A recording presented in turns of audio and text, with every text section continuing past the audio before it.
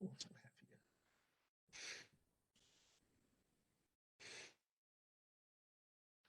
here?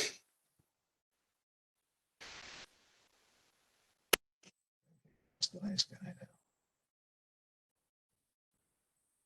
All right, so we'll start. She's going to come in any second. So we'll start the meeting now. We still don't have a quorum, but I'm sure, maybe one or two more of the committee members will join us as we go on. And I wanted to begin with, I was going to flip the agenda, and we were going to start with the state park. But I don't know how many of you had heard Felice. She had, she had her idea of what we could be doing over there.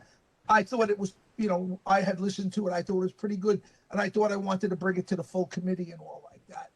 So as soon as she comes on, I'll just let her. Come on, Phil. There she is. Okay, so we started a meeting. And Felice, I'm going to begin with you. So if you'd like to just take over and just tell everybody what, what you thought, what your vision for the park was and all. I will. Good evening, Parks Committee members, and thank you so much for your service.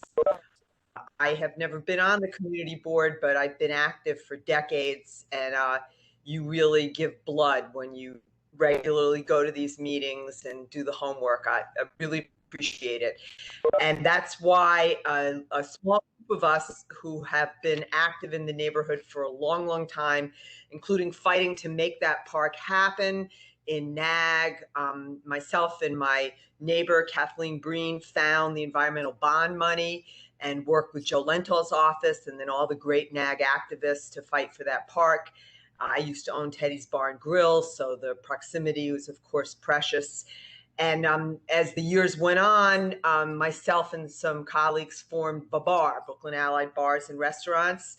So among many hats that I wear in the community, including an emergency food program, North Brooklyn Angels, North Brooklyn Neighbors, environmental, I feel a great commitment to entrepreneurship and creating jobs for neighbors and for having our community create businesses that are good for the community and are good neighbors. So when I heard about the RFP, I heard about it through other BABAR members, Brooklyn Allied Bars members, and we talked about whether we could respond to it and create a Taste Williamsburg Greenpoint kind of a concept where it's basically a festival that's a nonprofit, where the proceeds completely are plowed back into community good projects. So we asked for the RFP and we read it, and we felt like it was unreasonable. The terms were very difficult to accomplish so quickly. The terms would precisely satisfy the business of Smorgasburg and make it very easy for them to win the RFP and very difficult for another entity to compete. Furthermore, we reviewed the scoring system and felt there was no weight given to community benefits and that the footprint of all events on community space can be very big. I know running a bar, noise complaints, trash. So we talked among ourselves about reaching out to our environmental activist buddies, and Christina Naplarski, the female district leader, is a good friend. Her mother is a longtime activist we know, and being that I'm already with North Brooklyn Neighbors, Lisa Bloodgood, Anthony Buciereth, we were all kind of complaining, and Christina said, I had written to Parks and said, there's some problems here. What do you think? And Christina said, why don't I try and get a meeting? And we were very, very happy that both, Deputy Commissioner of the park, Leslie Wright, and the commissioner himself, and a person from concessions said, hey, we'll talk about what you're thinking about. So our plan, and we invited Phil to the meeting. We know your committee also had concerns and that you're another platform for issues about parks in the community. We felt like we could go as a united team and all have position that's good for the community, which is do not award an extended contract without developing a contract that has input from the community and values community benefits and preventions of bad community outcomes like too much trash or not hiring enough local, not using enough local. So that was the gist of the presentation we made to the commissioner's team, which included a representative from the governor's office, from concessions, and Leslie Wright herself.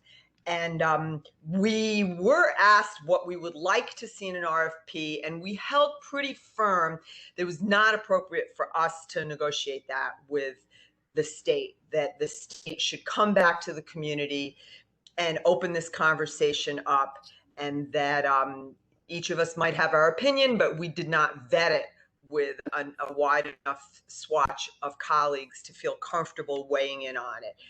We made it clear that some of us are business people, and we see real value to a mercantile event on the public land. We don't know another place where an event like that could be held. We can't see them doing it on a lawn. I mean, if they would, 11th Street could be good.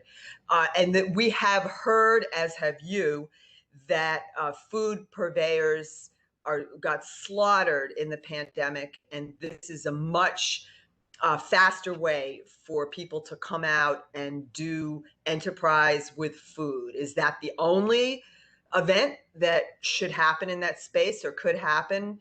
No, we're not saying that. We were just saying that we saw value to mounting an event this season. We saw no issue with 1 year, but we felt like it was not a good posture for the state to award a long-term contract without redoing the contract. And then as you all heard, now you know as much as we do, we were really, really pleased that Leslie Wright and the commissioner and the governor's office put their heads together and came back and said that that was their decision to allow 1 year for this festival and then open up the RFP process with community input. No date was given. We strongly urge them to try and do it as late in the winter as possible so that there would be ample time for prospective vendors to put a package together if any new vendors do want to do that. I'm going to turn the camera off if you don't mind, because I think it steals bandwidth. Okay, Felice, thank you very much. I just want to, from now, let the board members first. If anybody has any comment on what Felice said. I'm just some clarification. So the RFP this year will go to Smorgasburg. Is that right, Leslie? But with one event that's community driven, is that? And then next year, the RFP will be rewritten with a community benefit component to it. Is that what Felice just told us? No, that's not what I understood, and Leslie can clarify it. The event as it has been proposed by Smorgasburg as they negotiate with the state for this season is the event that I believe will go forward. Is that right, Leslie? Unmute. But kind of for our perspective, an RFP is a multi-year thing. So just as one kind of technical clarification, so the RFP was canceled. So there is no multi-year for any kind of contract out.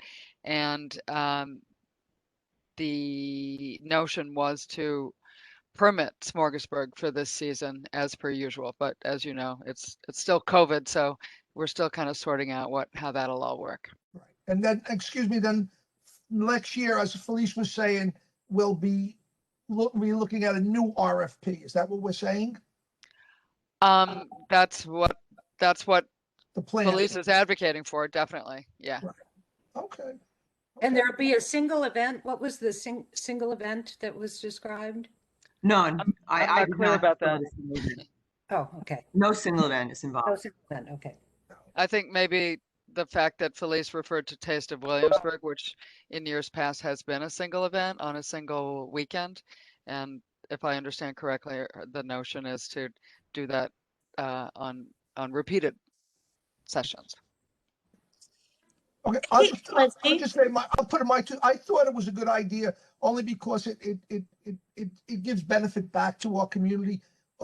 Everybody who's been fighting, against Smorgasburg for so many years, it's because we don't know what happens to the money at the end of the day. Somebody's making a lot of money off of that, and we don't see any real benefit to the community. So what Felice is proposing is at least a plus in that direction and all. So that's just my take on it. Well, I think, Hey, Go ahead, Steve. I think the kind of the community outcry or, questions that they had regarding the RFP process was, having a very fair and open process, and an open meaning transparent. Like, for instance, when there's a concession RFP with city parks and affects a park in Community District 1, the community board is notified and has the opportunity, to weigh in on that. And I feel like, I don't know if there's really an existing rule for that with state, but I feel like, as we've alluded to with park design, which also city parks by the city charter needs to come through, subject to community board review, that RFPs also be, that the community board be alerted to that, and the community, have input in what they want in their park. Sure. Yeah. And so it includes alternatives to, what's traditionally been there, Right. versus, nonprofit driven, and other things where maybe we haven't even discussed or thought of. So. Okay. I'm going to turn it over to Leslie and we'll get some kind of an update on, what we found out from all the meetings we've had. Go ahead, Leslie. Okay, great. So may I ask you a question about the RFP? Yeah, go ahead. Before we get on, so Leslie, obviously the RFP is about, the food concessions, but I wonder, can you just describe for a moment the process if people have ideas outside of the food concessions? Like, there's been a lot of conversations about how to activate the slabs. So what is the process by which someone can submit an idea for programming outside of the food festival? just request a permit from us, a park use permit, outline the event, give your proposal, and then it's an iterative process where our permit person just works with each applicant to define what the event is, the parameters, how it, when is it on the calendar, all the details. And they can find the permit application on your website? Yeah. And if you can't, you know where to find me. It's easy to find. Well, it's also for everybody else who might have ideas, but thank you, Leslie, appreciate it. Yeah, no, it's on the park's webpage, just how to apply for a permit, all the rules about that. And it's, just so everybody knows, right? We have 8 completely different state parks in the 5 boroughs of New York City. And each one has different amenities, different features, different footprints, different everything. So we get a tremendous variety of inquiries for a tremendous variety of sorts of events, both private events like weddings and engagement photography, birthday parties, picnics, to lots of film shoots, full-blown everything, commercial events, nonprofit events. So by definition, because there is so much variety, and we're just a smaller operation than our good neighbors and friends and partners and colleagues on the city side. So it's just by definition kind of more of a conversation a lot of the time, rather than fill out this form, submit it to that place kind of setup. Okay, go ahead. Why don't you Sure. So I'm going to share my screen. I think a lot of you have seen all this, because I know that Katie a has lot a of question. folks have been Can I ask a quick, sorry, Leslie, I know you want to get on. I'm sorry, and Phil. Katie. Phil, can I ask a quick, I'm just wondering, in terms of a new permit after this year, I'm wondering what is going to be the meeting plan? What is going to be the plan for talking over between community and the state? What the criteria will be if there's going to be a food concession? What will be the criteria of the new permit? Like, what's the process for that going to be like? And, just like talking over whether there's going to be the 5% tax that restaurants also pay for liquor sales. Is there going to be a percent from profits that go for maintenance of gardens? Is there going to be, more paid per day? This kind of thing, or I don't have any of those details, Katie. no, Zero I'm not. details. Right, I'm not saying to have those details, absolutely, but I'm just saying those are things to work out, as Felice was talking about, which are things that could be a beautiful partnership. The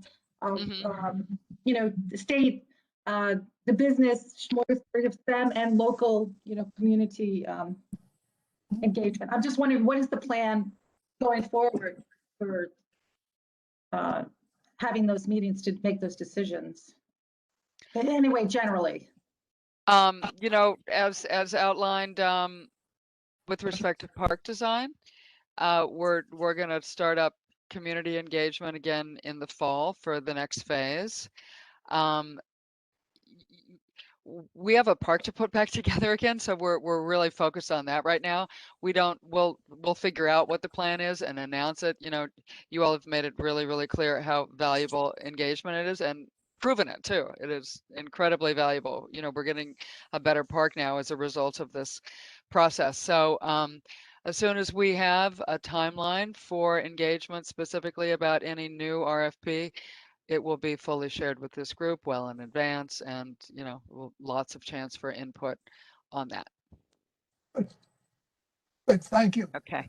Go ahead, So I'm Leslie. figuring out how to share my screen, which is not really cooperating right now. I beg your pardon.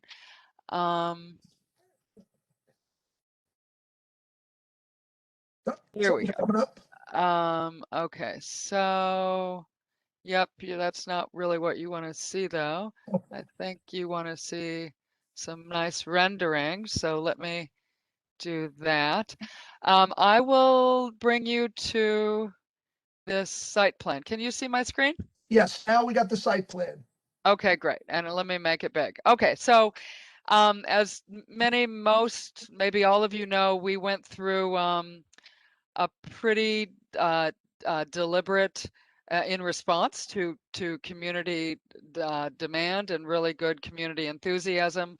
We set up a series of public engagement meetings, 3 sets of them. The first set was to just listen to people and hear all the different thoughts and opinions and ideas about what people valued in the park.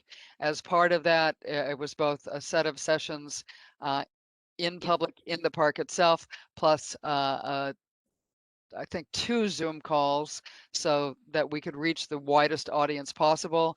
In addition, we had a survey that folks could fill out at any time. And we heard the same themes over and over again. We've also posted all the survey results on the park's webpage, so please feel free to go to the park's webpage and access all of the documents that I'm showing tonight, as well as the survey results compilation to date. So what we kept hearing was the tremendous value people feel for this park itself. Everybody just loves it because it's a little bit funky. It's not perfect. It's got tremendous history in a lot of different directions, and it's not super programmed. Over and over again, we heard that people really value and cherish the green space and wanted more of it. People cherish the playground. People cherish the waterfront, the views, and just overall the vibe of the park. That it's not super programmed with one thing or another thing, but it gives room for discovery. It gives room for kind of having it be your own place, whatever mood you feel like at the time. Yes, people, there was kind of a 50-50 split overall about wanting to see something different happen with the slabs. So what you're looking at now on the screen is our attempt from that first set of comments through the second set of public sessions where we showed an interim kind of design, putting together the feedback from the first set of sessions. This is what you're looking at is the kind of consummate design for now, for this phase, to get the park finished and reopened this summer, taking into account the first and second set of public review sessions commentary. So just, can you see my cursor? Yes. Oh, good. Okay. So what we have done is incorporated as many materials that act like sponges or are pervious as possible, while making as much of the park as fully accessible as possible. So focusing on pathways first, this main entrance along North 8th is a combination of cobblestone pavers that allow for ease of use by strollers, by wheelchairs, by all sorts of wheeled conveyances, but with cobbles, the original cobbles, as decorative edges. We repeat that kind of general approach at this circular path, except that the pavement is porous concrete. So it allows the water to flow through it. If you visit us in the park at any of the sessions, we had a sample of this there, and we all had fun just pouring water through it, and you just see it drip through. It's pretty cool. We've added significant green space by pulling back the slabs. There's about 18,000 new net green space, square feet of new net green space in this zone here. And as you see, we heard loud and clear, green it up, fluff it up, add color, add the essence of Marcia throughout the park via flowers. That theme came up over and over and over again. Flowers, flowering trees, trees. So all of these plantings that you see, both the new ones and the existing ones, are all plants and trees and shrubbery that will tolerate this particular climate, namely one that will occasionally flood. Certainly up to here, high tides routinely go up to that point. But you know, we picked salt tolerant plants, wind tolerant plants, that would do well here, as well as wanting as many blooms kind of sequentially through as much of the warm weather seasons as possible. So if you visit us in the park, you saw kind of a sample planting or blooming rather schedule. We are adding also in response to public interest this pathway here. And Mary, you're on the phone, and you and I are going to talk more about this next week. So I thank you for that. You know, we're hoping that this works. We are, for now, holding this area here, the gantry landscape area, as an area that we're going to sod for now. We'll revisit in the future, and more on that in just a couple minutes. A lot of people spoke of how they appreciate this space for different reasons, just as a quiet place to picnic. A lot of families spoke up about how they like to use it for playing different sorts of ball. So we thought that this could be it for this, or, you know, as we talk more, picking the conversations up again in the fall for phase 2, perhaps it's another area for commemorative touches for Marcia. So I will now go to another image just to give you a flavor of what this park looks like rendered. We heard a lot about and this actually doesn't show it so much, but this is a rendering of what that design looks like leading down to the waterfront along some of these, we call them Marcia Commemorative Gardens.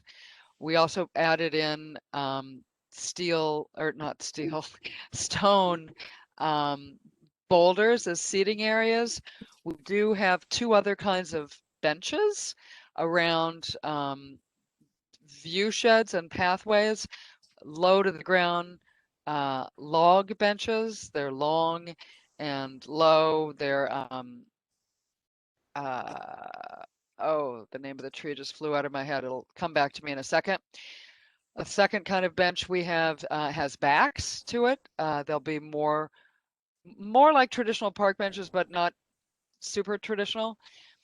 We will have all new picnic tables in the park. The picnic tables will not be fixed, so they can be moved around depending on, what the need is, what the events are. We heard a lot about topography, so I'm just going to go back 1 second to the site plan to show, you see these lines in through here, those represent grades. These are not flat. This is not a flat lawn. It's got some subtlety and some topography to it, as does this area here. The whole park is at a slant. It kind of slants down toward the waterfront from Kent Avenue. So we're taking advantage of that. While we are here too, let me point out these lozenge shape rectangles. They represent interpretive signage commemorating Marcia. We've been working with a working group composed of trans women of color to work with the interpretive materials that have been developed over the past 18 months and vetted by some 70 different groups, different prongs of the LGBTQ plus community, Marcia's family, and others, historians, LGBTQ plus historians, friends of Marcia, to work with the materials that our original designers developed. They were actually written by a couple of trans women of color to bring out the group came to the conclusion that instead of a large number of panels, interpretive panels in the park, reduce it down to 8 and have those 8 focus very much on Marcia and the themes, 8 different themes, and I will get that list so that we can talk about that, and have them starting at the entrance to the park, welcoming. This is a sign that will be about Marcia's life. We have, and this is not in order, the trans timeline, the friends of Marcia, pronouns, different themes that go to the history of the LGBTQ plus civil rights movement, and then ending down here at the waterfront with a sign on the theme of say their names, all of the trans women who have died, who have been killed. This lozenge represents the idea of using one of Marcia's poems and putting it on a surface, whether it's a boulder, something probably natural at this location, kind of framing the entrance to the water with her special tie to the water. Let me bring up the plan that shows, this is what we're calling our commemorative plan. And again, this document, along with everything else I've just shown, is on the park's webpage. This shows, as you'll see over here in the legend, the near-term project area, which is all the the work that we're doing now, and it will be finished in phases by the end of the summer. And then what is this kind of beige-ish color is the longer term project area, as well as teasing out potential sites for possible statues or other art treatment, public art. The notion is that this area here, kind of the southern, southeastern chunk of the park, will be completed by June. At the same time, the northern slice of the park that's open now will remain open throughout that period.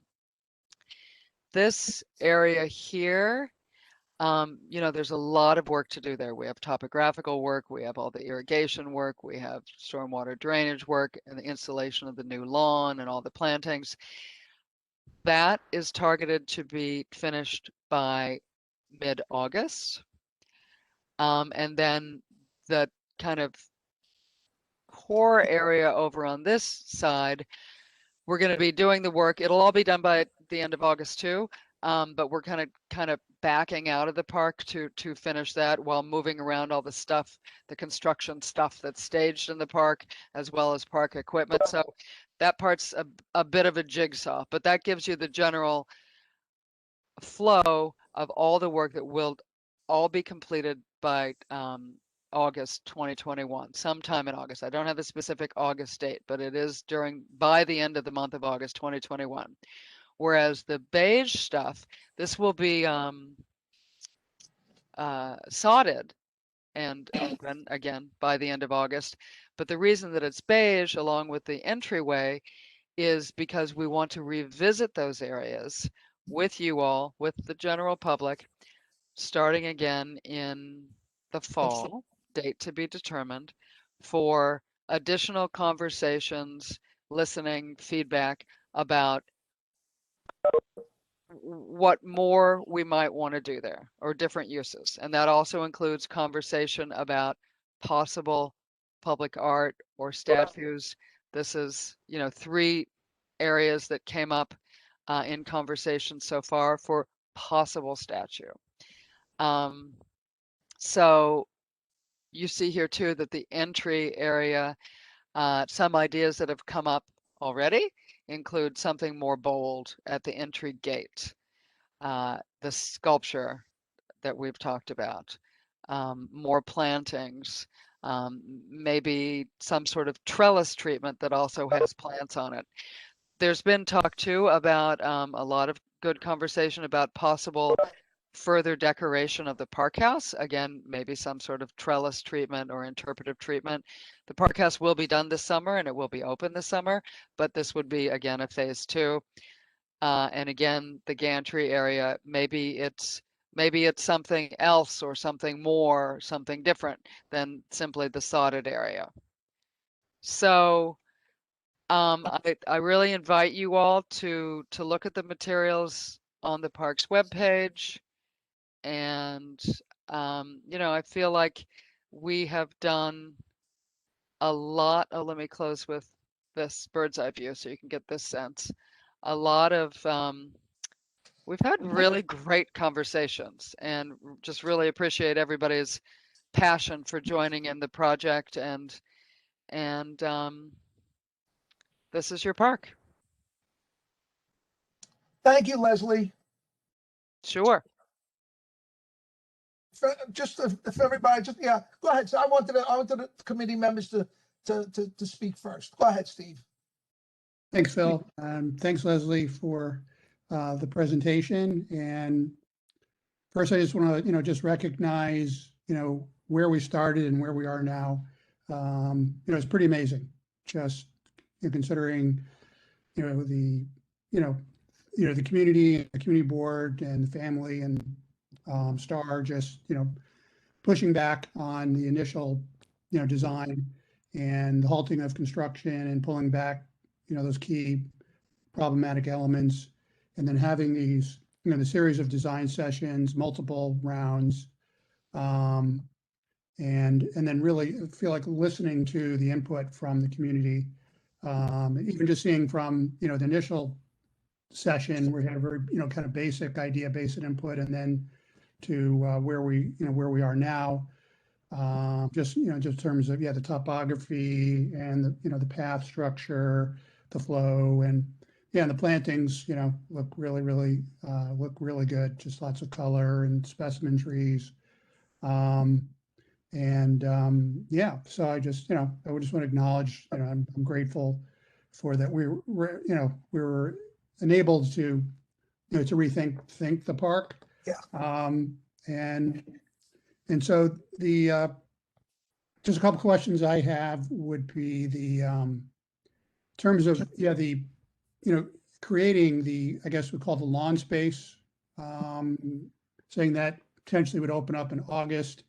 I would love I'd love it for it to be open this year, but I understand how sensitive it is with getting grass and lawns to take.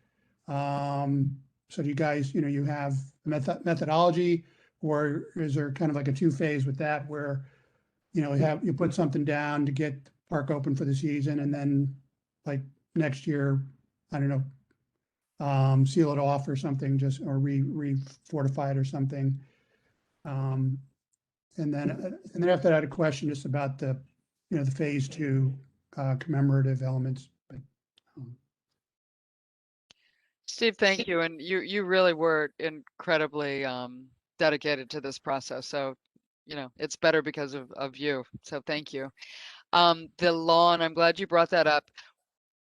It will be it'll be done, but probably for the most part, we're going to have to keep people off most of it so that it can knit and settle in, so that we don't have to do it again, because that would be a big, hard, frankly, waste of everybody's money if we just let everyone use it right away, and that's kind of standard park process. We don't have the schedule for the phase 2 listening sessions yet, but we will. We'll share it as soon as we Okay. have it. And then I had a question about kind of the phase 2 and the commemorative elements, the entryway, potential statues, and it's just like in terms of budget. I'm just wondering if the initial budget, I guess is being maxed out, if that's potentially inhibiting how bold the design of those elements could be. And if that is an issue, if that's something we need to kind of come together and figure out how we can get additional funding, because I feel like like I said, all the naturalistic elements and the stone and the pathways is really great, but I think as some people brought up at the sessions is like we really just need to, we got Marcia in the park with the elaborate plantings, but in terms of her as a a strong, just an activist, and as a family person, and just an incredible narrative of her life being commemorated in a really wonderful, creative way. If if budget is and will inhibit that, that's something that need another layer of funding that may potentially be available through normal state funding processes, or is it something that we might all have to put our heads together to enhance that?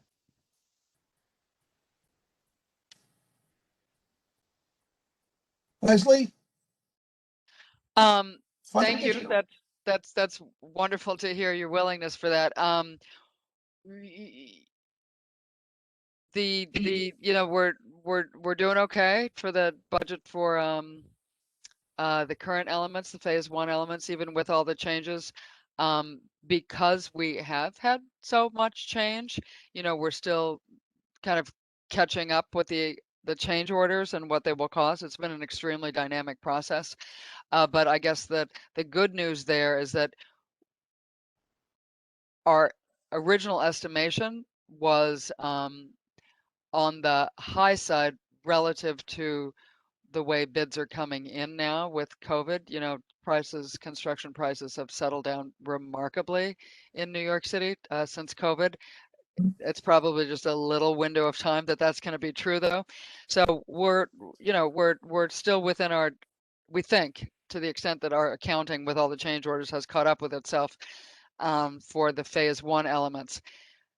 Phase 2, it's an open question because we don't know yet what the nature of those will be, but our intention, our commitment is to make funding available as needed for that. But I do note your offer, Steve, and I won't forget it. Good. I don't want to put anybody on the spot, but I take great stock in what Willis says.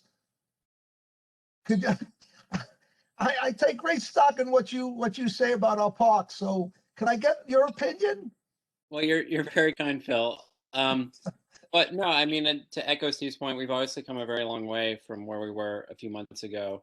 I just had one specific question, and apologies if I missed this, but in regards to the entrances and fencing, has anything changed? Is the North 7th entrance going to be permanently opened? Is there more access points along North 7th or Kent, or with the connection? I know there's like that path to City Park to Bushwick Inlet, but I heard a lot of people expressing concern about this being such a sort of one entry point, and the issues with fencing in general, but specifically that North 7th entrance, because it's such a continuous natural way if you're coming up from Northside Piers on the waterfront to enter the park as opposed to going all the way out and then back in. So curious if any of that is changing. Thank you. Thank you. We had a lot of conversation about that, and a lot of folks brought it up. Frankly, for us, it's an operational issue, and it goes very directly to one thing: dogs.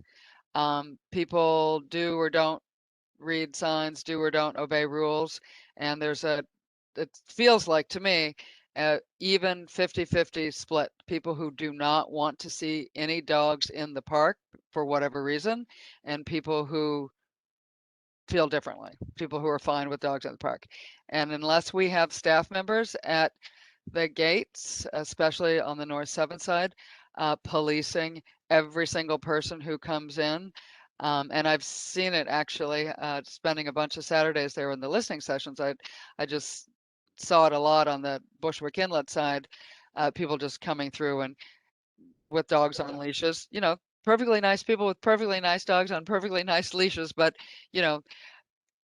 there's a really strong contingent of people who don't want dogs in the park.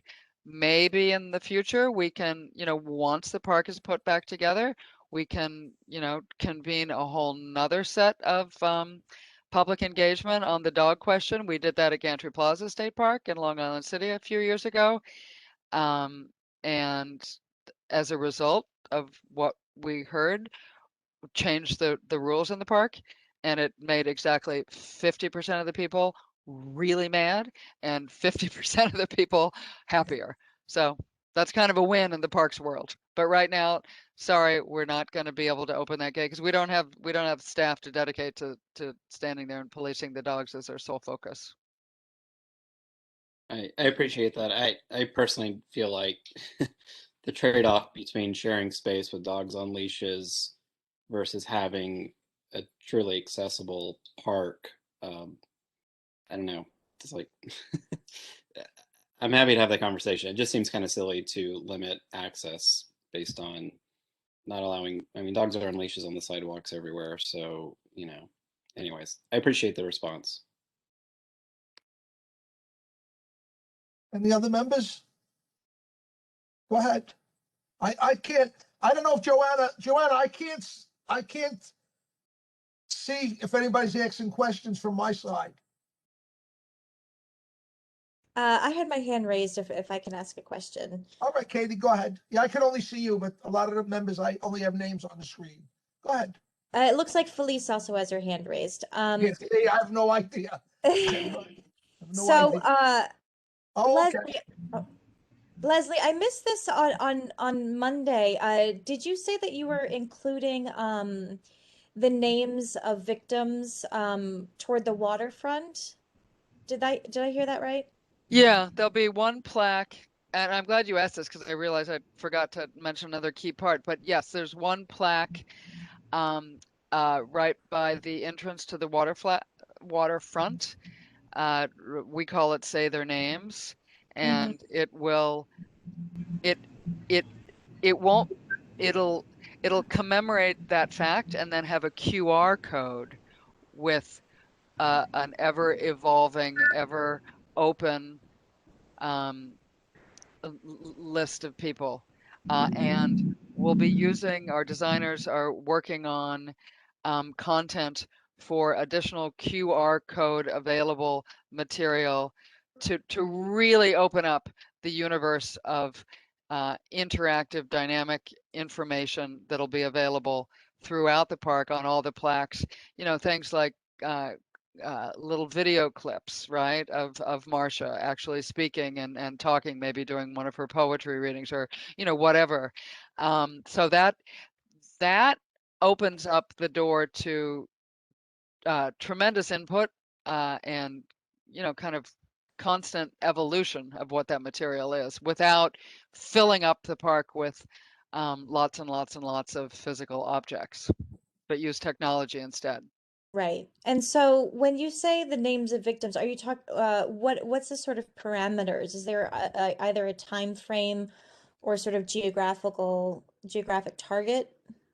The working group and our designers are working on that, and I should make it really clear that everyone is welcome to add their voice to the working group. And Katie, seeing you reminds me that I owe you an introduction, so I'm writing a note to myself, Katie Naplatarski. So that part is under discussion.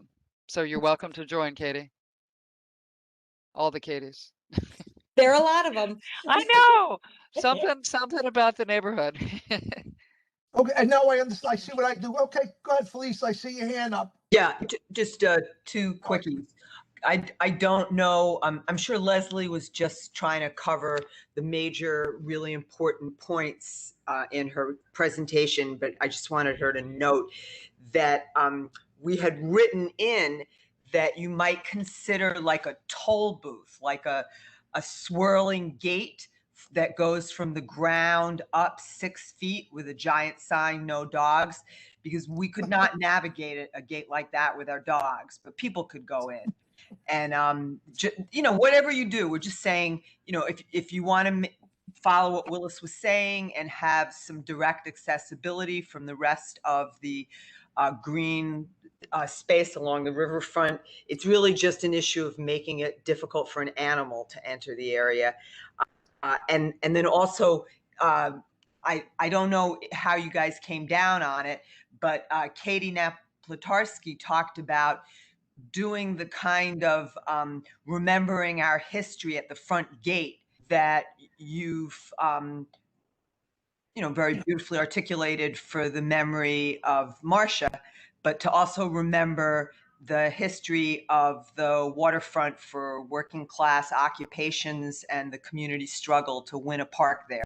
There just aren't so many places like that.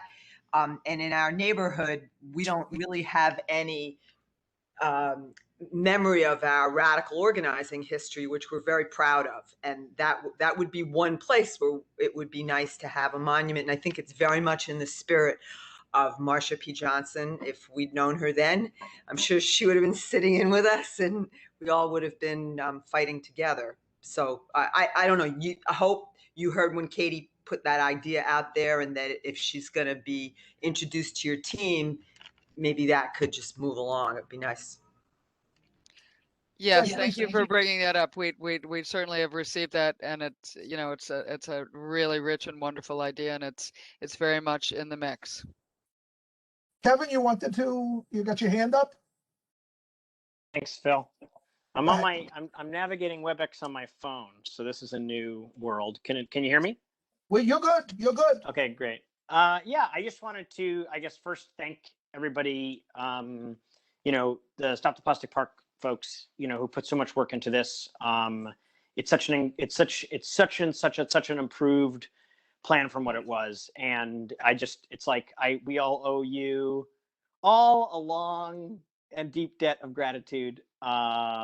It's incredible. And so thank you. So I just done this call, thank you to Ryan and thank you to Katie and thank you to, I who else is on here that would Kate York, for Steve everything that. Chesler. Yes, Steve Chesler, No, thank you. But very important, the family, Marcia's family. And Marcia's and Mariah family. Lopez. Absolutely. It wouldn't have happened without them. And Elizabeth, absolutely. Mitchell and Janie Poole. Absolutely. Yes. And yes, and also, thank you to you, Leslie, for hearing us all in this community on this. It's much appreciated. There were just a few quick things that I wanted to mention. I know that there is that area near the park house, Leslie, that we talked a little bit about, like seating. There's that little like kind of paved area right next to the park house. And I think that seating would really be welcome there. Some type of creative seating, stones, bench, whatever. That was just a little something that I think would be great. I also think that it would really be wonderful, like this process has been, kind of similar. I at the risk of getting myself in trouble, but it's like, the DOT process on open streets where people have been attending these digital meetings and in-person meetings. Not to compare one to the other, but it's like, I think that the engagement on this, especially here, all the Zooms, the feedback sessions, bringing the community in, like that's something we want to see more of. And like, we want to see it from city parks. We want to see it from all the agencies. And I think it would really be most welcome from state parks, if it was on a seasonal basis to check in with this coalition, because it is going to be a continued conversation about the entranceway. It is going to be a continued conversation about the programming, which I think is going to be so important in the parks. And so I think that it would really be wonderful to have a commitment from state parks to say, on a seasonal basis, an in-person meeting and a digital meeting, even as we're transitioning out of COVID, it was made so much more accessible to so many folks by the digital meeting. I know hopefully soon we'll all be back in person again. Right. But I think that would really be a wonderful thing. Like with that great degree of intentionality, almost like a, Marsha P. Johnson town hall, where we can talk about these continued concerns and commemorations and dedications, because it is such an important space, and you have a lot of people here who care about it and have been activated. So that's a wonderful thing. And I have one other thing, but I guess Leslie, to get your feedback on that idea of like a regular seasonal check-in with the community on it. Again, I know that in the past, state parks didn't necessarily have, you come to the community board, but I guess what are your thoughts on that? So we heard you loud and clear. You raised the idea on Saturday, and it's part of our record, and a couple of other people brought it up. It's a great idea. Just so you know, I just as one teeny tiny piece of information, we've actually held annual town halls about the park. So the level of engagement here, I guess it took something kind of controversial to get everybody's attention, because we always had terrible turnout at our town halls and we'd publicize them like crazy and we just didn't get much love. So we're going to take this love and we're going to keep it. So yes, we're happy to have more regular meetings. And heard you loud and clear too about the seating in the gantry area. I think it shows up on the commemoration plan as an option. We literally, for those of you who didn't have a chance to join us in the park, we had people there taking notes of every single conversation and have compiled the notes from every single conversation and the Zoom session too. So, we're not discarding any idea at all. Well, Leslie, thank you very much. And Kevin, we definitely will. This was a learning experience for the community, and we will definitely go forward with this. We're definitely going to meet on a basis with state parks now, and we'll get community input. And you're right, this should be with everything we do in our community. So thank you, Phil. So I have one more thing. Oh wait, Phil, I got one more thing if this is possible. I just wanted, I didn't want to load it all on Leslie's back all at once. So I said, let me break it up and get the two things and the third thing. Yeah, I guess the only other thing that I have, which, I know I've said before, but I think it is important. I know Willis touched on it a little bit, especially with more of Bushwick Inlet Park opening, soon, and like the real activation of 27 acres of waterfront, I think it's important to start the conversation now on access, on the hours of the park.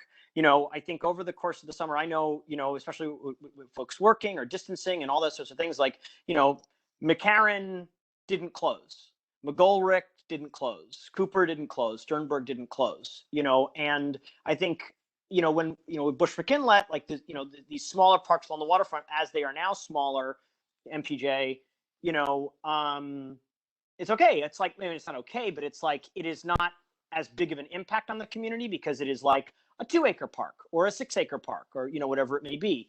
When it is, which hopefully is coming, a continuous 27 acres of parkland along the waterfront, I am, concerned, and I think it's going to be a larger community conversation about what it means to shut down a park 2/3 the size of McCarran at 9 o'clock at night, that the community fought so hard and so long for. And it's like, I know that is going to be a long and contentious and difficult conversation, but I want to just highlight it here, that it's something that, I would like to see from the state parks. I would like to see longer hours. I would like to see more accessibility. I know, Leslie, you and I have talked about the fences, everything, it's all contentious, but I would be remiss if I didn't put it out there, because eventually this is going to be the second largest open space in the neighborhood for the community. I just don't think it should shut its gates overnight, after everything that's been done. So It's definitely an issue we will keep on on the top of our list. Yeah. Thanks, Kevin. Thanks, Phil. Thank you, Leslie. Yeah, Katie, go ahead. Yeah. Thank you. Thanks, Phil. I just want to start off with the most contentious thing is that just to say that I am not for more hours in the park or for more entrances unless all those places can be peopled so that there's not the ruin of the park, as all the other parks have been ruined. It's just a fact. Also, the gardens do not have barriers around them in this park. So just to get that off, say that. But I have some other things to say. I'm really, personally, I'm pleased with the design. And I'm really thankful and grateful. And I will say that I'm really grateful to Community Board 1, because without Community Board 1, this would not have happened. This process couldn't have happened. I'd like to thank Leslie also for her role in this, and Star White House, and also Star White House team that were present at all of the sessions. And I'd also like to give a shout out to Ryan, because Ryan, she sent out that email. She was on it, and she was at the gate the day that park closed, and she did the first rallying cry. And I really appreciate that. Okay, hold on one second. I'm wondering if Star White House will still be involved moving forward, because I thought that they were a really good firm to have involved. And so I hope that they will be. It came up in other meetings about having mention of Native Americans, the Lenape. So just to mention that again, and a written acknowledgement, perhaps a verbal land acknowledgement in the beginning of when the park first opens. And then the last thing that I'd like to say is, how can we be sure something like this doesn't happen again? Not just in our park, but in our city and in our state. It just seems that somehow, not only legislation, but also just a vision from the top, an umbrella vision of values and principles and vision that's established beforehand, so that those who are then putting in designs know what to follow. And then we wouldn't come up with a plastic asphalt park to fight against. So I hope that can happen. And I just want to say thanks again. It's been quite a journey. And thank you, CB1. Again, thank you all. And thanks again, Leslie. Okay, we're going to go to our second item on our agenda, which is a very interesting item. It's Art in the Park program. Elizabeth, are you ready? Phil, can I Yeah. say one quick thing? Go ahead, Steve. Someone noted in the chat, we want to thank you personally That's very as nice. chair I of the read Parks that. and Waterfront Committee for, seeing, captaining the ship through this whole thing. I You did a great appreciate job. that. I think Yes, I'm so happy with the ditto. results. I'm really happy with the results. And I Yeah. said it's what we can do when we all work together and all like that. So thank you very much. All right, I want to get, Thank you. I did. I read it. I thank you. Thank you very much. Okay, Elizabeth. Hi. Hi there. Yes, I'm looking forward to this.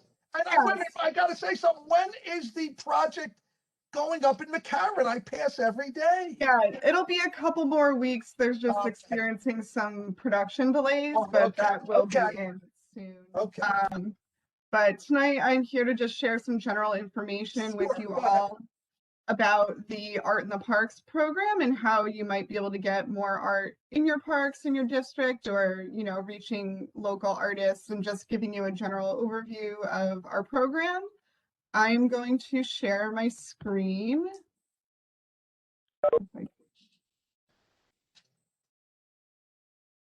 Can everyone see this? It looks like a picnic table. Gotcha. Looks like Let me see if I can also just make it full screen. So just to give you a little background, the Art in the Parks program, we've been around for over 50 years. Our program started in 1967 with an artwork in a, I guess, kind of unfortunately named playground in Union Square called Check a Child Playground, where people could drop off their children while they went out and did errands. I don't think there's any parks that are like that today. But the Art in the Parks program, we permit temporary public art artworks in parks in all 5 boroughs. Technically, any park could be a place for public art, depending on whether the artwork will fit into the park. Some parks are very small, little vest pocket parks and green streets that might not be able to accommodate something large. We are a small staff of 2, myself and my colleague Naomi Rodriguez. We permit annually probably 50 to 60 projects citywide. So we're pretty busy. Last year was a little bit different with COVID. We maybe did a fraction of that, but looks like this year is shaping up to be a little busier. The Art in the Parks program is part of the Art and Antiquities division at Parks. In addition to the temporary public artworks, our division also oversees the care and maintenance of the public monuments in our permanent collection. There's over 800 of those, ranging from, the Grand Army Plaza Arch and the Washington Square Arch to, small commemorative plaques. I know there's a number of monuments in McGolrick Park. So you might see our crew out, tending to those pieces. The best place to get information about our program is on our website, which you'll see here. You can learn about our permanent collection as well as what's on view in the Art in the Parks program. And we also oversee the Arsenal Gallery in the Parks headquarters. That's in Central Park. It's currently closed to the public, but we do about 5 shows a year there as well. So you might wonder why public art.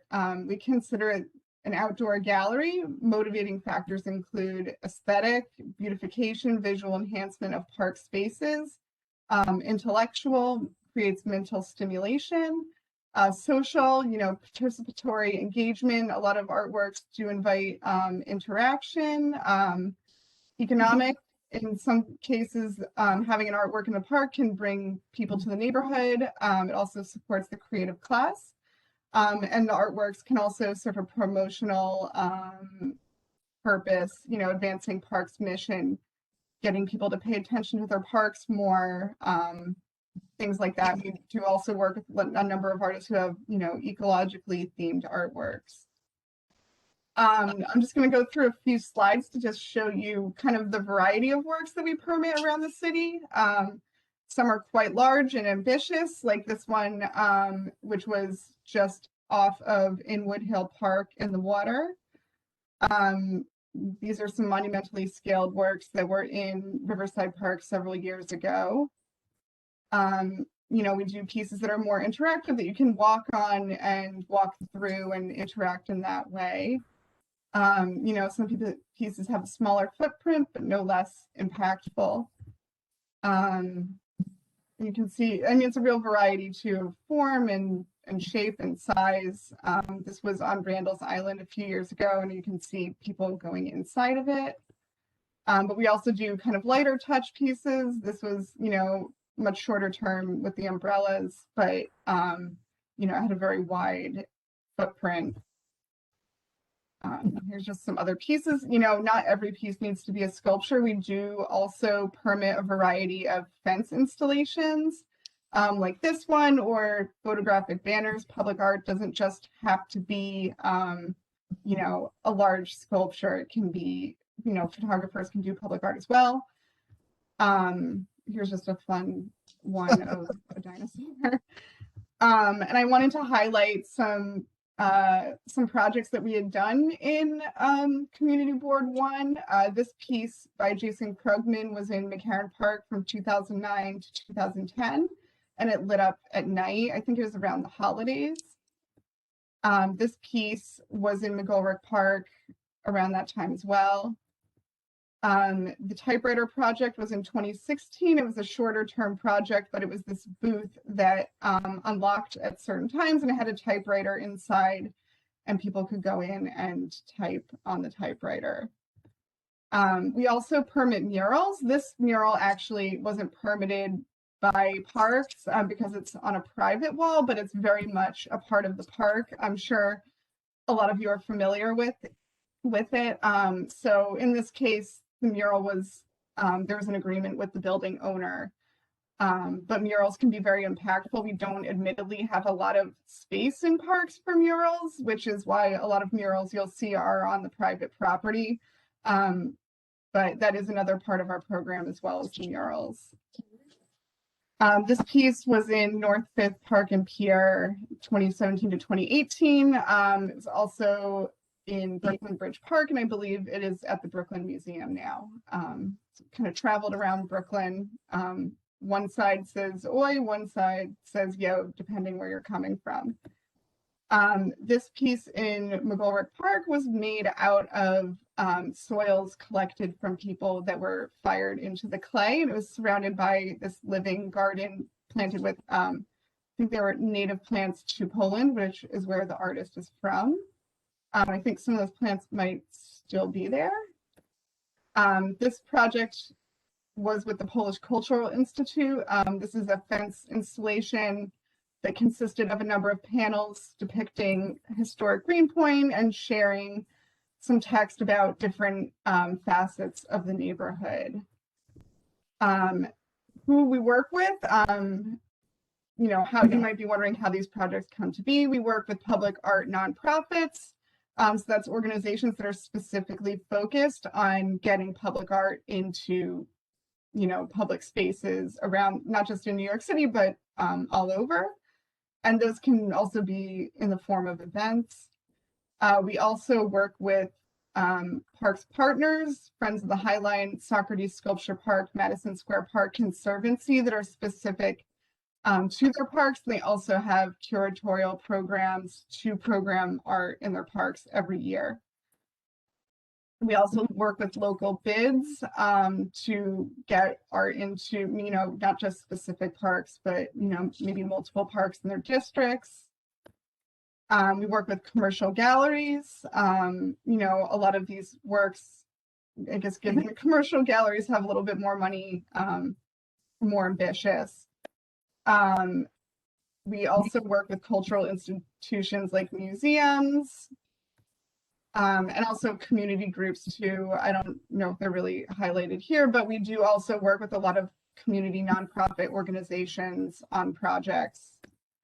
And we also work with independent artists. An artist doesn't necessarily need to have an affiliation with an organization or a museum or a gallery. If they're able to kind of make the project happen on their own, we certainly welcome that as well. So the Art in the Parks application guidelines, we have these on our website, but what we want to see from artists or organizations who want to install something in a park is a written description of the proposed artwork, including mediums and dimensions, how they plan to install it, photographs of the artwork if it exists already, or drawings and renderings of what it is they want to do if it does not already exist. We'll want to see an artist statement, learn a little bit more about them, the resume, installation budget. I should mention that the Parks Department doesn't receive any money from the city or elsewhere to provide artists with funding for their projects. So what we want to see in an installation budget, while we can't provide the money, is just to see, if it's, maybe a college student and the project is like a $50,000 project, we might have some concerns there. But that's good to know kind of what the costs are for the artist and what the capacity might be. Artists can propose a duration. The limit is 1 year. Many projects are shorter, but generally they're, about 4 weeks up to 6 months is, I think, kind of the mid-range, but they can go up to 1 year. Artists can propose a specific location if they have one in mind. Maybe it's their neighborhood park or a park that they have a connection to.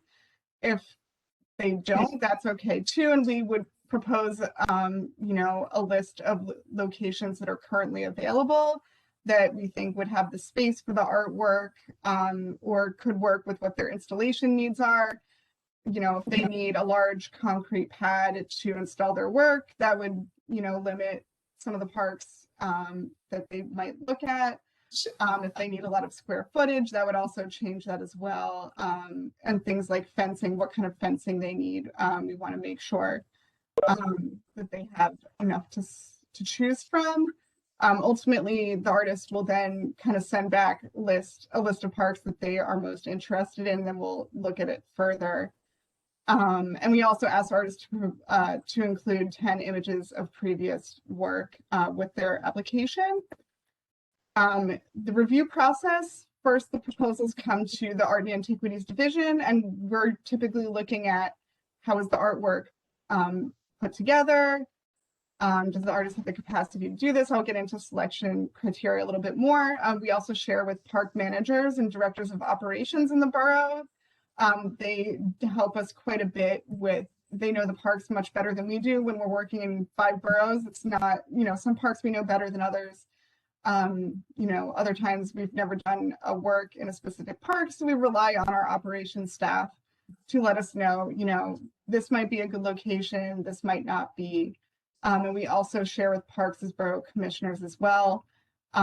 If sister agencies like DOT or Department of Buildings are required to review things, we'll also share with them. Selection criteria. So when we get a proposal, these are the different things that we're really looking at. An artist doesn't need to hit every single one, but these are the things that we are thinking about when we are reviewing a proposal. So looking at artistic merit, we realize that, artwork is very subjective. Something that I might like, someone else might not, or vice versa. But we want to make sure that, what the artist is putting together is going to be something that is of considerable quality, that the artist is proficient in the materials that they're proposing to work with, that they do have experience with public art. Exhibiting work publicly comes with a lot of challenges, heavy public interaction. Rarely, but it is something we take into account, is graffiti, damage, things like that. We want to make sure the artist does have, that they're aware of that and that they're okay with that and they have experience with that as well. When we look at site suitability, we want to see, will the artwork fit in the space that's proposed? An artist isn't proposing to put something in the middle of a soccer field, that the artwork is considering the people who use the site, that, something that might be more geared towards an adult audience isn't going to be in a playground. And just looking at other parts of the site, also including, how the park is used, any kind of structural issues within the park. I don't think there's any parks in CB1 we'd have to worry about it, but there are some sites where we have to consider, you know, there's a subway tunnel underneath that's very fragile, and thinking about weight limits. In terms of organizational capacity, we want to make sure the artist has experience planning public programs or public art projects, that they have secured the funding to meet their proposed budget, that they'll also monitor and maintain the artwork. It is the artist's responsibility to do that. So we want to make sure that they are available at all times should anything happen to the artwork. And then the last two criteria are artwork durability. We want to make sure that what the artist is proposing will be able to withstand outdoor weather conditions for the duration of their exhibition. You know, rain, wind, sunlight, you know, fluctuations in temperature, that they're, you know, the artwork's not going to degrade to such a point that it needs to be removed. And that also they're putting it together in a way that can withstand public interaction, and that it won't, you know, fall apart or fall and hurt someone. And that also goes into public safety. We just want to make sure that that artwork won't injure someone while it's out in the world. Exhibitor responsibilities. So as I mentioned before, we don't have any budget or money from the city. So all of the costs associated with an exhibition does fall on the artist or their partner organization. That includes fabrication costs, you know, if they're hiring a foundry, buying materials, paying people to help them build it. They also need to pay for installation and deinstallation costs. For more ambitious installations, that would include rigging, engineered drawings. For most pieces, if they're a bit smaller, we don't require the engineered drawings. And there are a lot of artists, you know, who are on a smaller budget that have figured out how to install the artworks by themselves, or maybe with the help of a few friends. But when it does get into the really big monumental artworks, a lot of artists will hire specialized installers.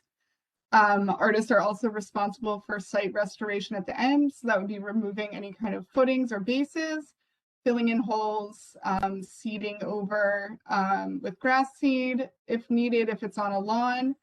If it's on, you know, hardscape, that they would patch the holes where they bolted in. They're required to maintain the artwork. So that's remove any graffiti, vandalism. If it's damaged by, you know, a storm, that they'll fix it in a reasonable amount of time. Generally, we require 48 hours or less. If it's something like hate speech or an obscenity, they need to address that right away. Artists are also required to maintain general liability insurance for the duration of the exhibition, and that insurance policy will require a certificate of insurance that names the City of New York as additional insured. That protects everyone in the event that someone were to be injured by an artwork or property to be damaged by it. And that is a very hard and fast requirement that we have. We also require our artists to provide us with a bond. And that is in the form of a check that we hold. We don't cash it, but we only return it to the artist once they've removed their artwork and restored the site to as close to original condition as possible. And finally, my contact information is here, as well as for my colleague.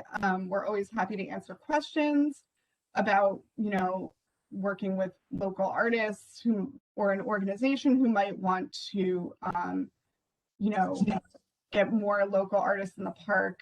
And that's basically it in a nutshell. It's a lot to take in, but I can also just show you, if you are wondering what is on view. Can you see our website here?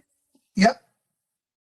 So if you ever are curious about what's on view, we have our website here, and that shows projects that you can see around the city. We anticipate more will be coming in the coming weeks and months. And our temporary outdoor art guidelines can also be found on our website here. And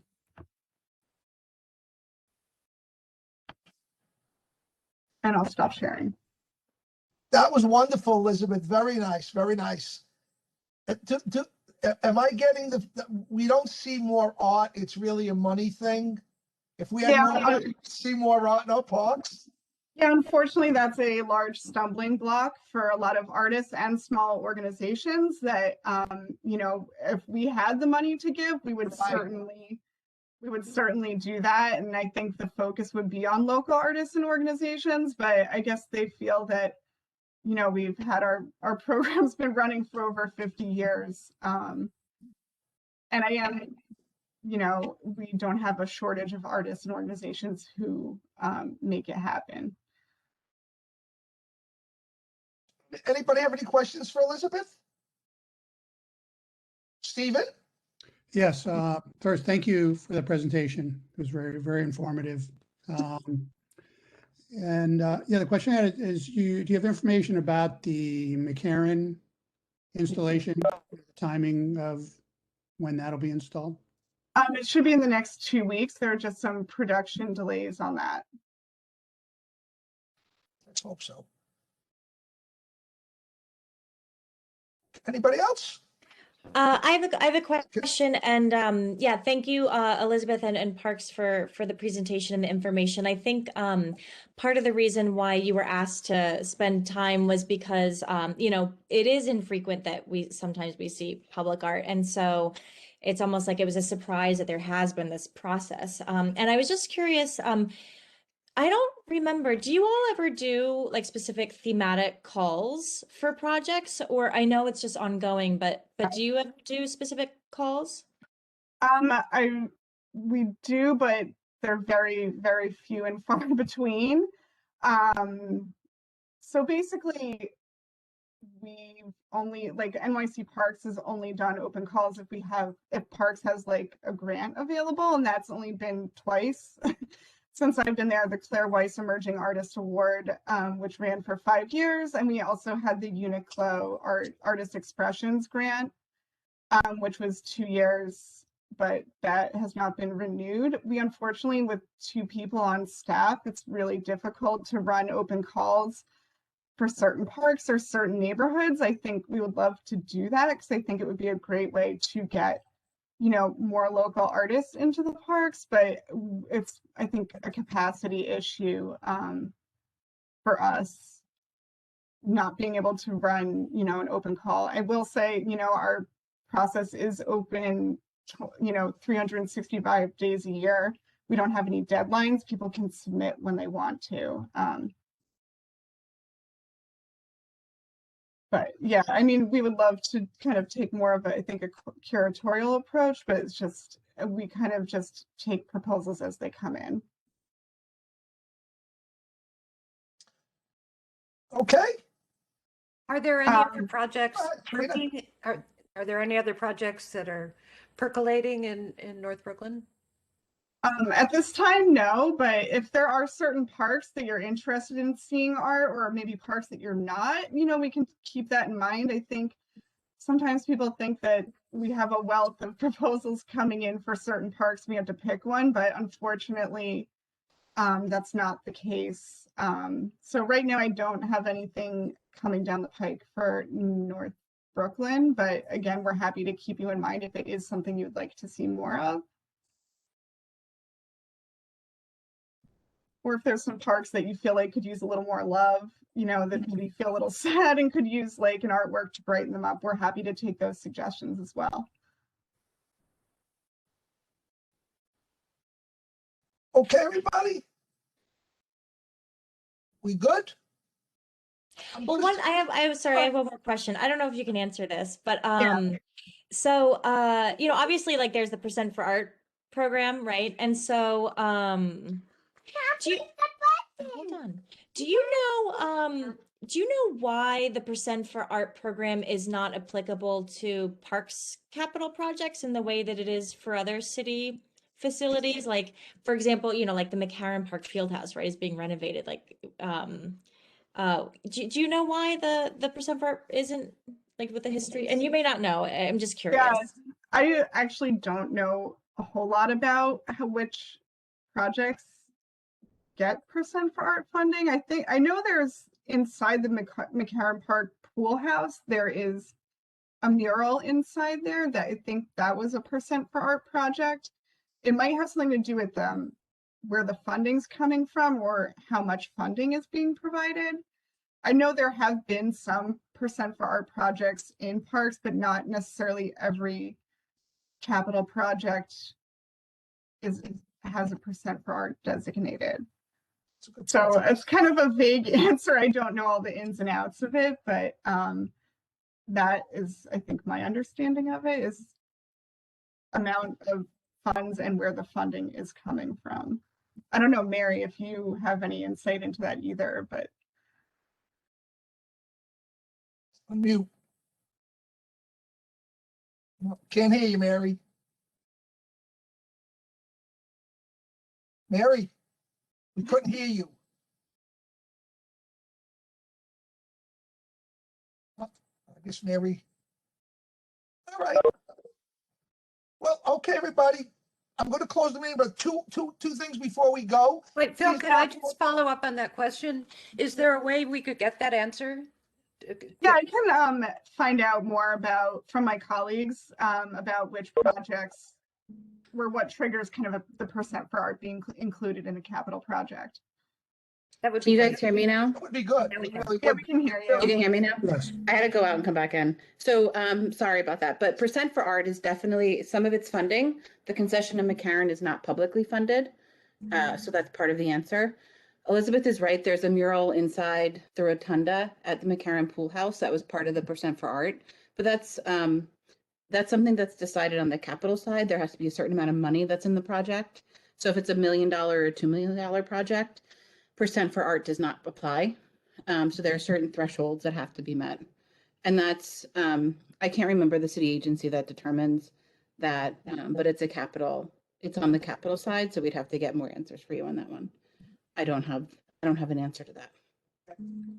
Okay, Hey, thank you. speaking of McCarran Fieldhouse, I don't know if people walk through McCarran, but the paint is off the, the old park house, and it looks amazing. I was just kind of blown away. So I think Looks it's gonna absolutely look great. Yeah. Yeah. On a good day, the park is absolutely packed. The new field there, the new soccer field, everybody's on the track. So we love to see that. And let me leave you with this. Please mark on your calendars, everybody. Tuesday, May 18th, right around the corner. Hey, Phil, Kevin had his hand up. Kevin had his hand up and he's, yeah. I didn't see him. I'm sorry. Oh, okay. Now, and Willis wanted to say something too. Go ahead, Kevin. Willis, you're next, Willis. I forgive you, Phil. I guess one of my questions just for Elizabeth, and I don't want to harp on it too much because I have no great beef with the art, but I guess I do want to express some concern in that it is a white artist commenting on Black Lives Matter, that did not seem to have too much connection to the movement. And I just didn't know if there had been any communication with the McCarran gathering still in the park every night before it goes in. I just, really not for my sake as much as for your sake or for the artist's sake. I do think that if that does go down, I think you're going to get pushback.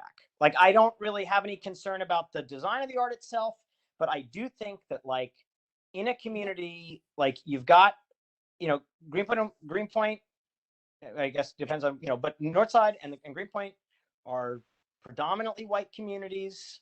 You have McCarran was a very important space in the city for the Black Lives Matter movement, over the course of the uprising. It is still an important space to a sustained community that has held space in the park for 336 days straight.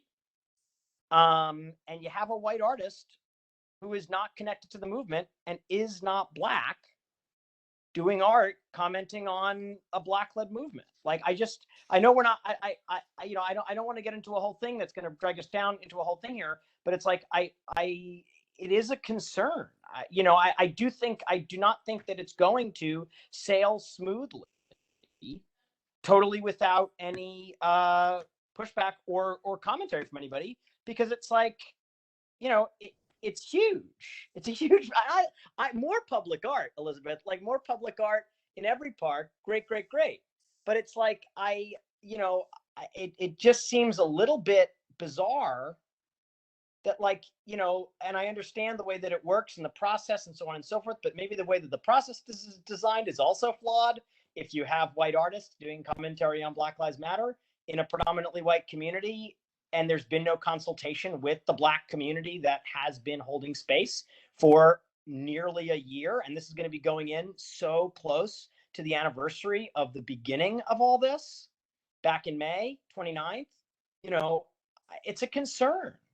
And it's a concern beyond just like the nuts and bolts of the program. And it's, Phil, I also have an old business thing for Mary, but I really would like to hear Elizabeth, you know, kind of address this. I don't know why we didn't, like, I don't know why we're talking about this at length. If this is what this is about, I feel like, not like the nuts and bolts of public art, like, but like why a white artist is doing Black Lives Matter commentary in our community with no connection to the movement and no consultation with the McCarran Gathering. You're muted. Elizabeth. You're muted. Mute. Somebody unmute Elizabeth. Nope. Sorry. Yeah. I hear those concerns, and, you know, we hear those, and we anticipate not every, you know, generally not everyone's going to agree with every artwork.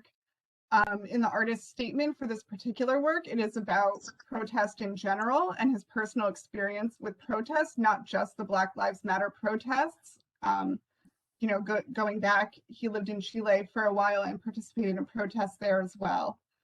You know, I think I understand your concerns about the optics of it. You know, ultimately, the views are the artists themselves. The artwork was selected through a process run by the sponsoring organization. And they did have a pretty diverse group of people on their selection panel. So, you know, again, I hear the concerns, but the way the artist presented the work is about protest in general, not specifically this movement, though there is the tie. And the organization also did reach out to the groups that have been leading the protests and vigils in the park, but I don't know if they ever heard back. Sorry, Okay, because then I wanted Willis to jump in. Yeah, I think that the way that they operate is that they're there every night, and as a matter of respect for the work that they're doing, they ask people to come to them. Like, they're there every single night at 7 p.m. for nearly a year. So I don't think it's like, I just want to say, like, for the record, I don't think that the proper outreach has been done here. Like, I understand that what you're saying about the context about general protest and the protests in Chile and the street protests and stuff like that, but you are putting this literally like where there was a nonstop camp of cops for like 50 days or nearly 100 days, right? Like, this is right next to the Union DeMatt Street. And so it is right where the cops were camped, within sight where the gathering has been. Like, you cannot divorce the context. And it's like, I think that, you know, and it's really not for me. I'm not going to be responding to this, you know, but it's like, right, Ryan is saying, if the lesson wasn't learned with the Marsha P. Johnson process, that it's like, this is, I think it's, I don't think that public art is inappropriate. And I don't even necessarily think that this art is inappropriate, but I do think that the location for this art, which context is so deeply important. This is, you can see where the McCarran Gathering is every single night from this space. And it's being done by a white artist. And I really think that it's inappropriate. And I do not think that I am going to be the least of your worries, like when this thing sets down over there. And I just think it's important for you to let the artist know and to be aware of it, that it's to say, okay, well, he met with a diverse committee to discuss, and there's this person or that person, but it's like at the end of the day, it's a white artist commenting on protest, like in like ground zero of where there has been sustained protest when you get it done over a year, led by Black people that have not been spoken to about this in a way that was like intentional. Like and this is I had said this back when you first presented this months ago, and like they're still there. And I think that you're setting yourself up for failure, and like also like you're setting the community up in some way for like a conflict and like shit that excuse my French, but like that we don't want. Like we don't want like this type of strife over stuff like this. Like there's appropriate ways to do this, and I don't think that this is appropriate. I don't. And like if you come back with public art anywhere else in this community, I'd be thrilled to support it.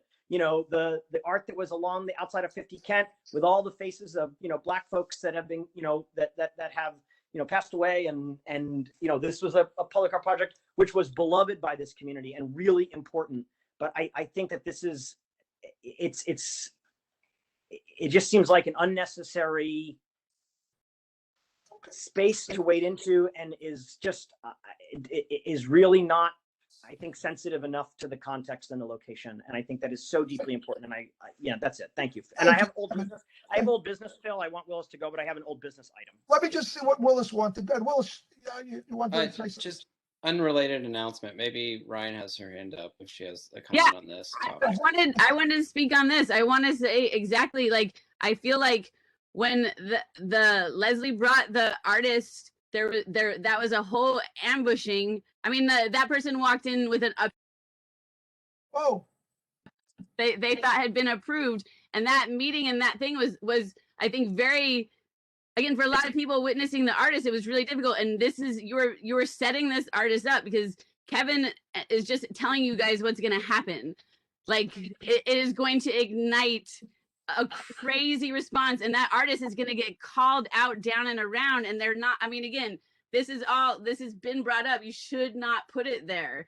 And again, page 50 of Letitia James' Attorney General report is all about the crackdown that he's talking about. This isn't some figment of our imagination. I know people like to laugh and act like the 90194 are not involved in police brutality, but like the actual Attorney General listed in her report things that happened. This is a big deal. A lot of people were traumatized, and a person not connected to that community putting up art is going to get shredded. This is the warning call, and I get that you guys are all like, wait, sweet, we acknowledge it. I hope you're ready to acknowledge what happens, and I hope that you are standing in front of that when it all breaks down, ready to answer with this same thing, because this is the nice version of what's going to be said. And you have been warned, you've been asked, you've been told, you've been begged. This is us begging you not to put it in and do this.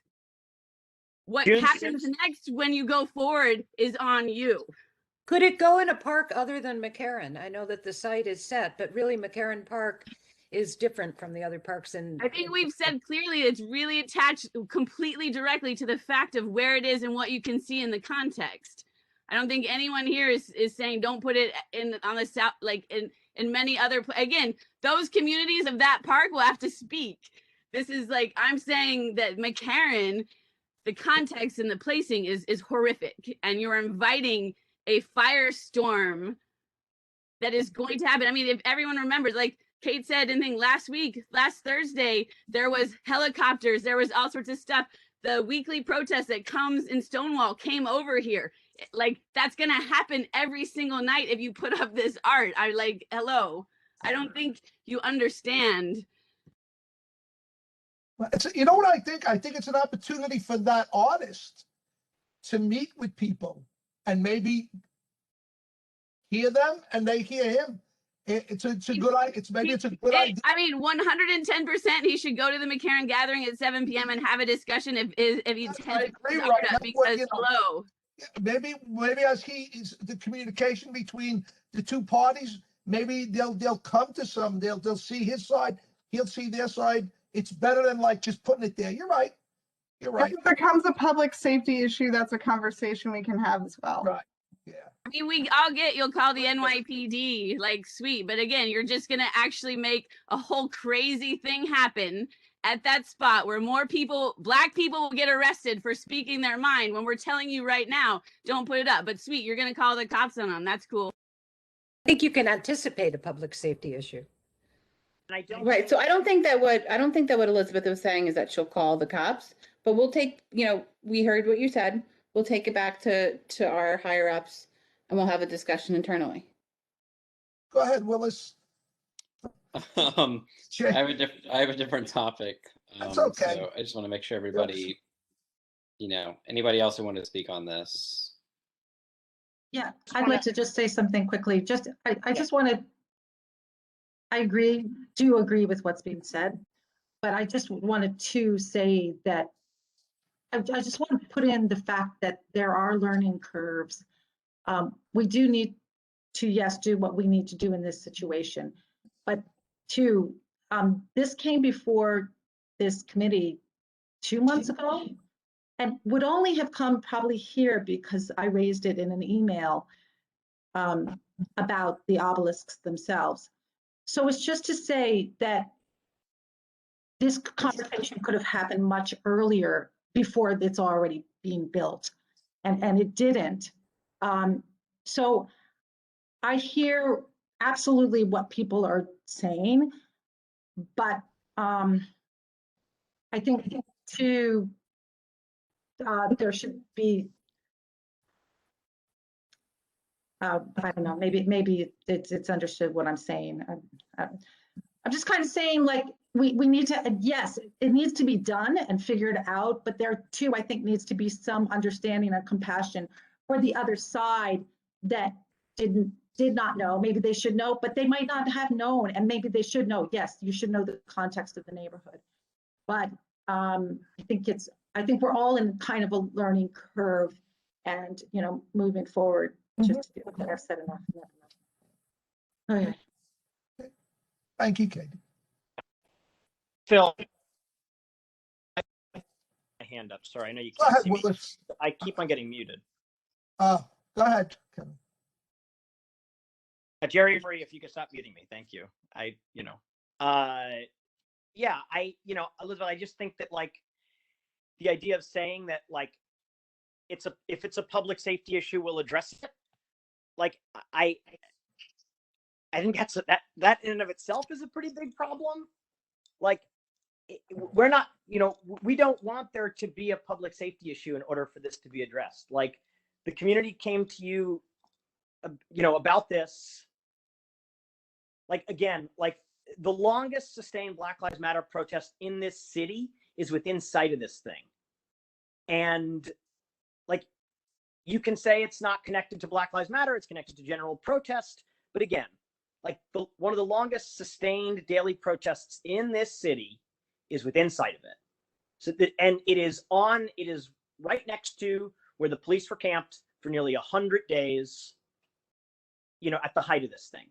And it's going to be installed on, nearly the 1-year anniversary of when it began, or nearly the 1-year anniversary of, the police riot at Wythen Penn. So Kevin, why don't you take Phil's advice and organize a meeting with the artist and the organizers and, the leaders of, the McCarran. The artists can show up at 7 p.m. They don't do, like, again, this is where we're saying they don't do that. If you want to talk to it, you have to come at 7 p.m. to their daily thing. As a member of the community, that's what they ask. And it's like, I think that what makes me uncomfortable about this is this person is not a member of the community and is really not showing that, it could have been done. It could have been done months ago. And, like, the fact Why don't you do it now? Why don't you do it now? Why don't you bring him to the protest, to the vigil, and have the conversation? Help him have the conversation. That's what I think. That's a good solution, Steve. Let them talk. Let them talk about it. Elizabeth, another thing, and I'm sure that the organizers talked about this at that original meeting, but I don't want to spend too much time, but can you talk about this? I went to their website recently and after the last meeting, and that this project is one of several projects that are happening across the city this May. So can you kind of talk about that as sort of more holistically, not outside of the McCarran process? Sure. So there were 5 artworks that were selected as part of, they did an open call for artists. There were 5 artworks that were selected. There were no parks pre-selected for the artworks because we didn't know what the artworks were going to look like, but there is one in each borough. There's an artist named Tanda Francis who's exhibiting a work in Queensbridge Park in Queens, an artist collective. There was landscape designers and a photographer who are exhibiting in Poe Park in the Bronx. We have a piece at Alice Austin House in Staten Island with an artist named Tony DiBernardo. And there's a piece in Manhattan at Thomas Paine Park by artist named Behin Ha Design Studio. So there's one piece in each of the 5 boroughs, and they're all made out of plywood, reclaimed from businesses that were boarded up. And we went to all the community boards for those projects as well.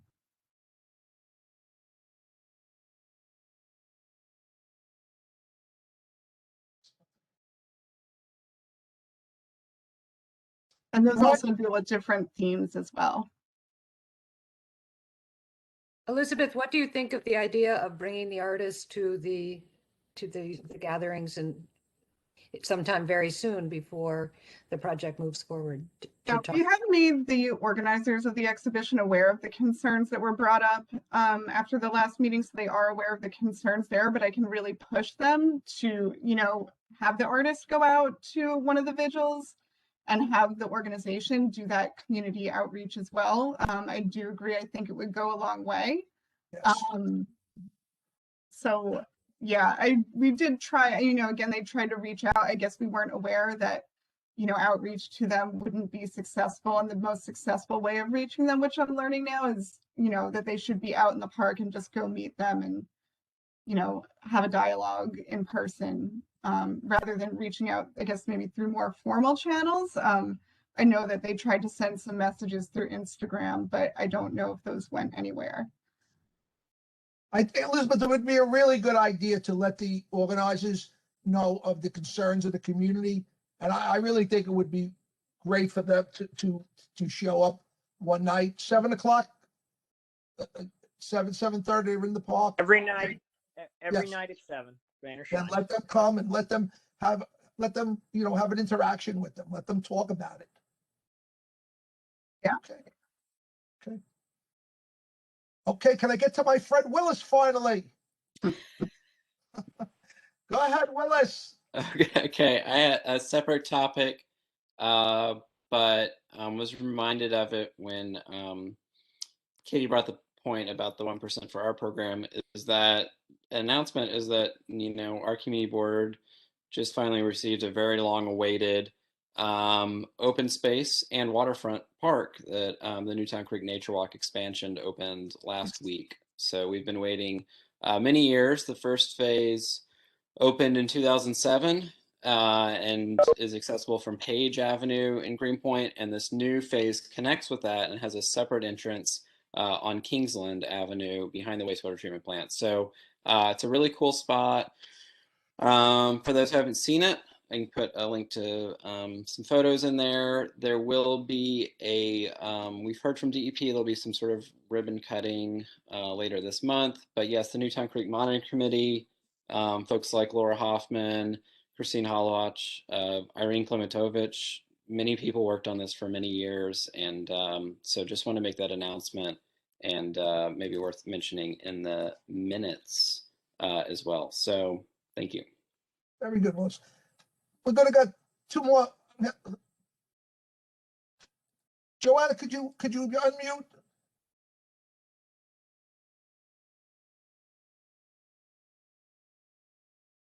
All right, Kevin, go ahead. You got your hand up one more time? You got your hand up, Kevin? I got. Yeah. Go ahead. Let me put it. Is my hand down? Okay. No, it's up. Go ahead. All Go right. ahead. go Okay, ahead. great. Okay. Yeah, it was an old business item. Just while we have Mary here, I guess it was I don't know what is time in this year, but several meetings ago, or maybe last meeting, or whatever. I had asked about Cone Triangle, which is at Division in Bedford. It's a small green space, like I said, at the intersection of Division and Bedford that is fully fenced off. It was like fenced off, and there's a gate, and the gate used to be unlocked. And I have friends that are down there, and at the beginning of the pandemic, the gate was locked, and it has remained locked throughout the pandemic. And I just wanted to check up on that. You had said you'd get back to me about it, and whatever. It fell off my radar. It probably fell off yours too. Maybe it did, maybe it didn't. But I just wanted to know if that gate can be unlocked, or has it been unlocked, or let's open Cone Triangle. A little bit of green space in South Williamsburg probably sorely needs it. But I just wanted to see if you had any update on that, Mary. I'm going to ask Vinny Piccolo, who's on the call. He's a park manager, if there was any update to that one. Last I was told, that was locked because it was repeatedly being used as a dog run, and it's not really large enough for that or approved for that, but we can look back into it. Okay, so we'll take a look, Kevin. We'll take another look at it and talk to some other folks at parks. I think this happens a lot of times in some of these small spaces that are with gates that are easily closed, is that instead of it being opened as a green space for people, it turns into a dog run, which then is sort of a dirt mess. But we'll take a look and see if that's something that is possible to open up. Yeah, and maybe an argument to take the fence down in that space so that it can't be a dog run, and it can be a lower fence, or I don't know. It would be nice to have it open.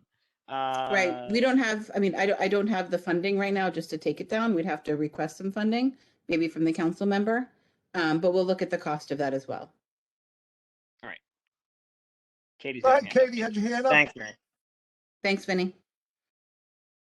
Yes, so I would like to request, Mary, that McCarran Park, that the security continues to keep a good eye on what's legal and not legal, or permitted or not permitted in McCarran Park, including, vendors, amplified music, dogs, of course. So I've been made aware of a few instances of a lot of parties that have been happening, planned events with amplified sound. Right now, we are not permitting anything with amplified sound. It's not allowed. So when I find out about it, I do tell our Parks Enforcement Patrol, and they've addressed it. It's a continuing problem. So if there's something that happens at a specific time, or things that you're aware of, please let me know, because I find out through another means. I don't find out necessarily through some member of the public telling me what's going on. And Vinny and I both very open to hearing from you about what events are happening and when they're happening, so that we can address them as quickly as possible. Absolutely. I mean, they're so responsive. It's also hammocks, by the way. The security, the PEP officers are so responsive. It's wonderful. I'm just putting to say, sometimes I've asked them, and they've been a little afraid to say things, not because they're fearful of what could happen, but just they're just reluctant sometimes, because they're wondering if that's what people really, I'm not sure what.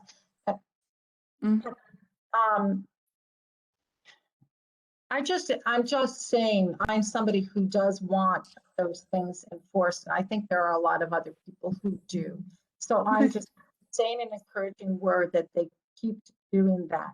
There's somebody on Saturday afternoons that they come in on the other side of that little cement house across from the high school, and plays drums, a drum set, and you can hear it everywhere. Anyway, I won't go on and on. Vendors pop up once in a while, and then another vendor pops up, and then all of a sudden we've got like a pop-up park all over. And so yeah, of course. And so when thank all your staff, please, very much. Yeah, and so Vinny's here. I will be, as Trina mentioned this earlier, I'll be on maternity leave this summer, but but Vinny will be here. He's also very responsive. He works out of Bushwick and Lit Park as well. So, he's any issue, he's incredibly competent. He can help with anything that comes up. Just Thank you, chiming Vinny. You know, in. so just to say, like the boxing where they set up by Tom Stofka, I think it's fantastic. For a while, it's great.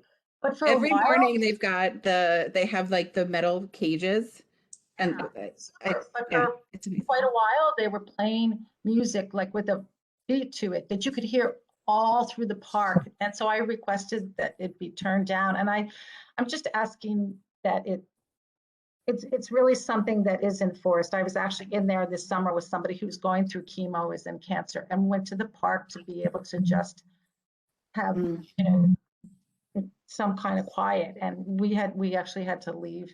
So that's my request. And thank you, Vinny, and thank you, Mary, for all your care. I really appreciate it. Okay, so Katie, thank you. Just one thing, Katie, just since you brought it up. The hammocks that's actually been removed from the rules of the city of New York. That's no longer enforceable. This actually came up in my meeting with PEP this week. Oh my God. It has to cause damage to visible damage to the tree to be enforceable. And so they cannot make somebody take down a hammock. Okay, so listen, there are red buds in the Karen Park, which actually Park Moms was instrumental in getting in there.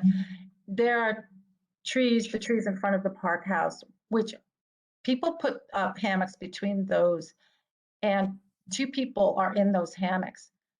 And that's bound to put stress on those trees. So I hope that they will disallow some of the, I hear you, Vinny, but really? Well, maybe we should mobilize, and do the research to show that's bad for the trees, and then we can, go hit the city, the upper echelon of the Parks Department.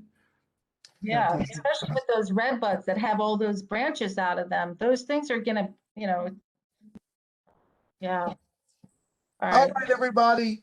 I just want to leave you again. I started off telling you, please put on your calendar 2 more weeks. May 18th, 6:30, Java Street Waterfront is going to be presented. Right, Mary? I was under the impression. I'm presenting it, or somebody else is this?